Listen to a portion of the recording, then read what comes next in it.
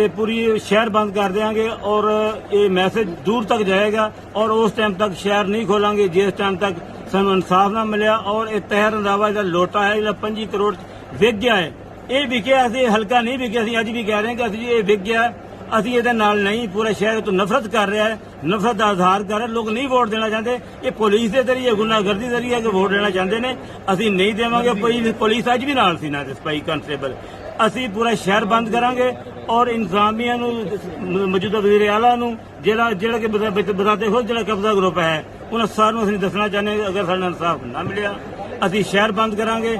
पूरे हल्के के आवाम अज रोडों के बाहर निकल आएंगे। इन्होंने एक कल तक का टाइम है, अगर इन्हें FIR अंदाज ना की, साढ़े मुलजमान गिरफ्तार ना किए तो असी शहर बंद करांगे। जो भी कर सके एहतजाज करांगे, असी पूरा अमन एहतजाज करांगे, लेकिन असी कतन भी इन्हों की बदमाशी गुंडागर्दी मंजूर नहीं करते। असी इन्हें सामने खलोवांगे, अज भी खलोते, कल भी खलोवांगे और आइंदा भी इंशाअल्लाह खलोते रहेंगे।